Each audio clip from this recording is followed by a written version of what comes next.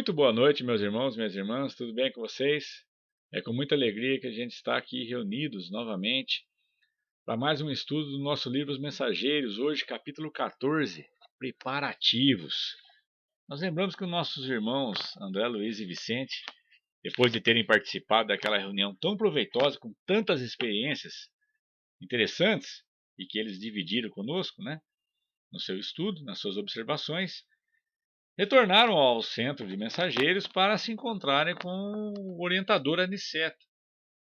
E com muitíssima alegria receberam a notícia de que os dois estariam convocados aí a acompanharem Aniceto numa tarefa de uma semana aqui na crosta terrestre auxiliando, né? Telésforo havia feito um pedido ao nosso irmão Aniceto e ele informou aos dois amigos que eles teriam a oportunidade de vir participar para proveito, né, para o estágio, vamos assim dizer, para o devido aprendizado dos dois. E eles ficaram muito felizes, né? Foi uma alegria muito imensa para todos os dois, porque afinal de contas, né, André Luiz, principalmente, os dois já vieram, né, mas não dessa forma, não vieram com autorização para ajudar, para auxiliar, né? Eles vieram aqui em visitas comuns, né? Inclusive, André Luiz cita que, tendo vindo em outras oportunidades, viu às vezes as pessoas passando por alguma dificuldade, mas ele não tinha como ajudar, né? Ele não tinha condições, ele não tinha nem confiança de ajudar. Então ele via às vezes ali as pessoas passando por sérias dificuldades, tinha vontade de ajudar, inclusive, mas ele não podia fazer nada. Essa situação, inclusive, ela é comum você encontrar, por exemplo, pessoas que, né, fazem prece para os amados entes queridos, né, que se foram. E às vezes eu, por exemplo, quando eu tenho oportunidade, eu oriento, peço para que não, falo, olha, irmão, né, nós não sabemos em que condição que essas pessoas estão, se elas estão podendo ajudar, né, se elas estão podendo auxiliar em alguma coisa. Então, eu não aconselho a fazer esse tipo de pedido, né? Mas a doutrina também não, né? A gente não sabe, né, em que condição espiritual que estão essas pessoas que vão receber de repente essa rogativa aí, esse pedido, não é verdade? Então, e o André Luiz agora está falando para a gente, está confessando aqui, falou, olha, eu vi as pessoas precisando de ajuda, né, e não tinha como ajudar, né, eu não tinha nem confiança de ajudar. E aí Aniceto meio que leu o pensamento do nosso irmão e ele faz a seguinte observação: falou, olha, você não conseguiu ajudar os seus amigos, André, porque você não desenvolveu, não tinha a verdadeira capacidade de ver, né? Então você via numa pessoa que está doente simplesmente um corpo doente ali, alguém que está precisando de um auxílio. Um miserável, você vê a dificuldade financeira, né? Vê a pobreza daquela pessoa. Você não se atenta às causas, né? Você precisa aprender a enxergar, né? Você está vendo só o efeito, você não está vendo as causas. Ele fala, né? Ele fala, na Terra a gente tem esse costume de ver simplesmente os efeitos, a gente não vê as origens, né? O que causa aquilo. E aí ele diz o seguinte, falou, olha, vamos tentar remediar essa situação. Amanhã, pela madrugada, você e Vicente vão lá no centro, no gabinete de auxílio magnético às percepções que fica no centro de mensageiros. Eu vou dar as instruções ali para o pessoal, né? Eles vão receber vocês lá. E eu peço para vocês, vão passar por um tratamento ali para melhorar a sua visão, né? Vocês vão enxergar melhor a partir daí, né? Nós não estamos falando aqui de visão no simples fato de colocar um óculos, né?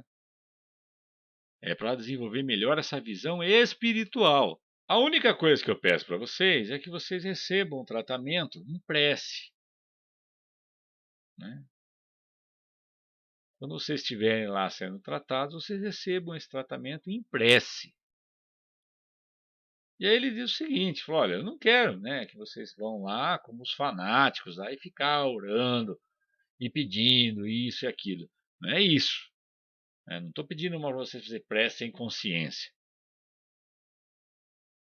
Assim, com todo respeito aos nossos irmãos aí que fazem, né, esses tipos de prece, né, como muitas vezes terços, aquela coisa que fica aquela coisa repetitiva, falando sem parar, né, e sem muitas vezes a gente está apenas repetindo palavras, né.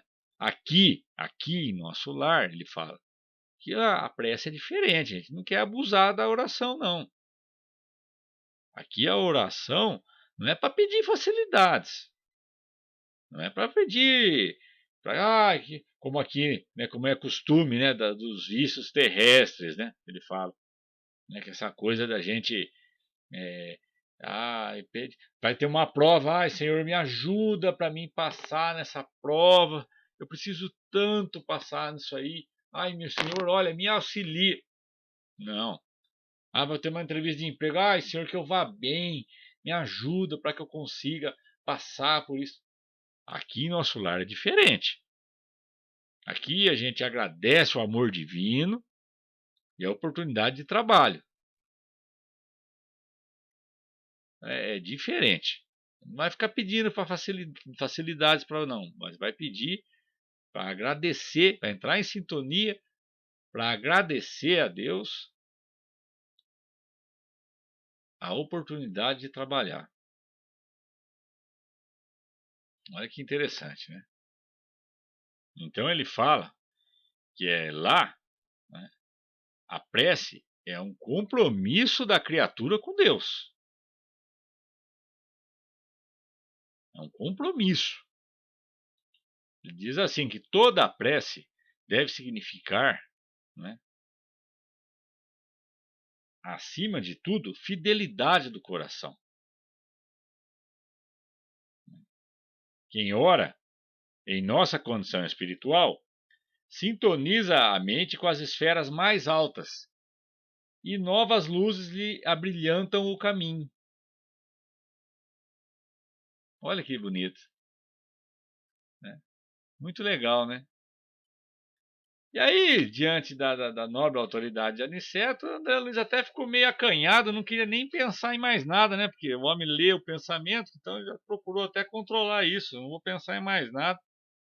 Estou preocupado aqui com o que eu falo, que o que eu penso, o homem pensa lá, percebe, né? Consegue perceber. E aí, nos deixou o generoso instrutor com palavras carinhosas, né? Ele se despediu dos dois. E eu achei interessante, Vicente e André Luiz começaram a fazer projetos, né, muito animados com a nova oportunidade. Né? Era a primeira vez que eles iam cooperar, né, a favor dos encarnados. Né? E no repouso noturno foi rápido, nem praticamente dormiu muito pouco. Aguardávamos ansiosamente, André Luiz disse, a alvorada a fim de receber o auxílio magnético do gabinete referido. Então, é interessante que demonstra André Luiz que ele estava ansioso, né? Então a gente vê que nessa questão da ansiedade, os espíritos, quando a gente tiver, né, lá também vamos manter, né? Vamos continuar. Se quem é ansioso vai continuar ansioso. Então, que dureza, né? Eu achei que ia acabar isso aí, né? Essa coisa de ansiedade, né? Não. André Luiz está relatando aqui para nós que estava ansioso, ele e Vicente ansiosos para poder passar por aquele tratamento e se ficar em boas condições aí para colaborar com a Aniceto na nova empreitada, né? E aí eles foram até lá e André Luiz fala que poucas vezes ele orou com a emoção daquele momento. Poucas vezes. Os esclarecidos técnicos da instituição colocaram primeiramente em relação mental direta com eles, né? Acertaram ali, primeiramente, e em seguida submeteram a determinadas aplicações espirituais que André Luiz não consegue descrever. né? Então eu acho bacana, André Luiz em diversos momentos, em vários livros, ele fala isso. Tem coisas que ele não consegue explicar. Ou às vezes é uma emoção, uma imagem que ele está vendo, né? Ou, por exemplo, situações como essa, que ele está ali recebendo um tratamento, e ele não sabe explicar a transcendência daquilo tudo que está acontecendo com ele. Puxa, ele não consegue explicar, né? Falta para ele recursos de palavras, né? Para poder estar explicando para a gente sobre isso.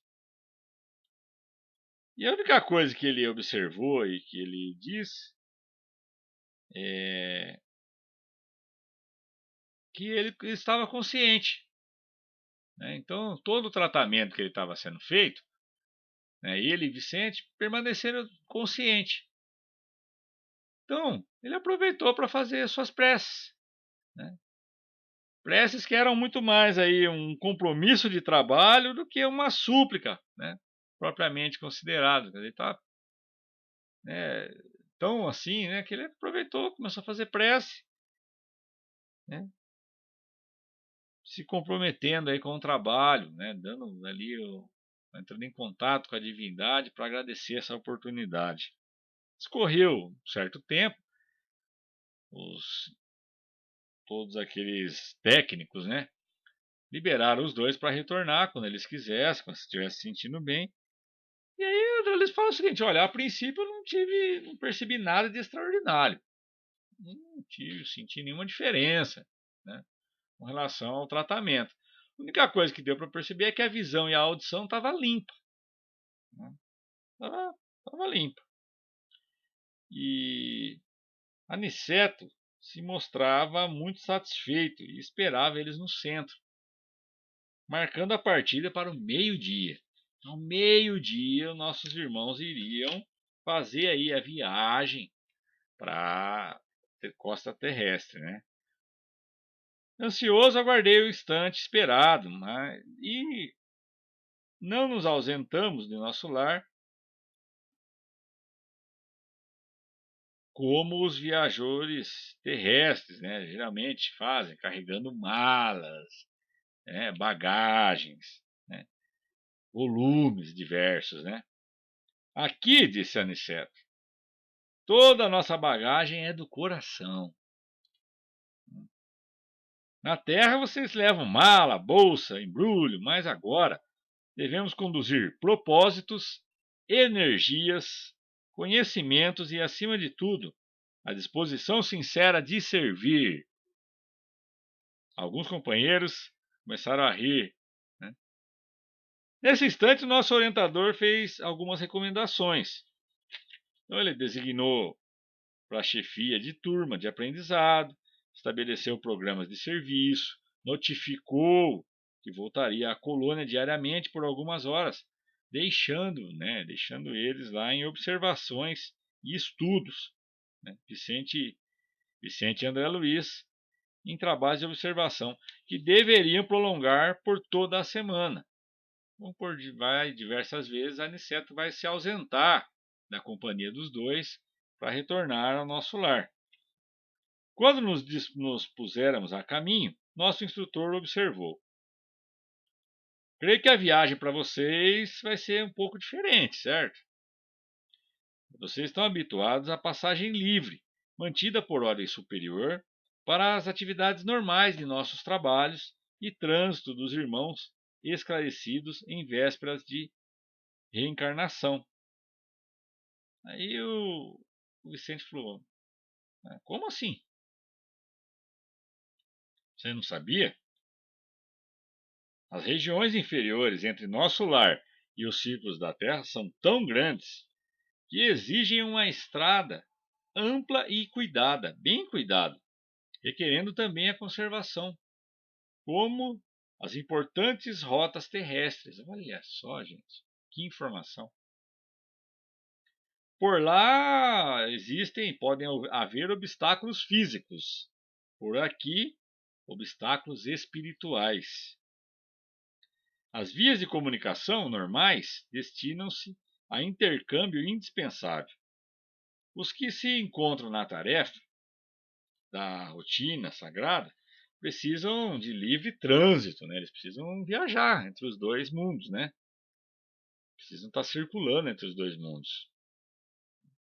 E os que se dirigem à esfera superior, da esfera superior à reencarnação, devem seguir com a harmonia possível, sem contato direto com as expressões dos círculos mais baixos, né? A absorção de elementos inferiores determinaria certos desequilíbrios no renascimento dos nossos irmãos que estariam vindo reencarnar, né? Olha que interessante. Nós, porém, seguimos numa expedição de aprendizado e experiência. Não devemos, por isso, preferir os caminhos mais fáceis. Identificando-nos à perplexidade, que às vezes ficaram assim, né? Aniceto concluiu: ó, imagina um rio de imensas proporções separando duas regiões diferentes. Tá? Existe um barco que oferece transporte rápido e há passagens diversas através de fundos precipícios. Pela expressão do nosso instrutor, concluí que ele poderia voltar à colônia quando ele quisesse. Então, para Aniceto, a viagem ela é diferente, né? Ele já é um espírito evoluído, mais educado, ele é um líder, né? Ele está ali, ele é um instrutor. Então ele tem aí os macetes, né, gente? Ele sabe, ele consegue encurtar as distâncias. Ele precisa estar em contato direto, né, com a colônia espiritual e com o plano físico. Então é claro que para ele é diferente, né? Com certeza, os espíritos evoluídos se transportam com mais facilidade, né? Muito mais facilidade. Então, que para ele não teria obstáculo nenhum, né? Já que pelo poder espiritual que ele tinha, né? Mas ele estava ali viajando junto com André Luiz, Vicente e os outros, para que estivesse ali na condição de um peregrino, né? De um viajante por devotação à missão de ensinar.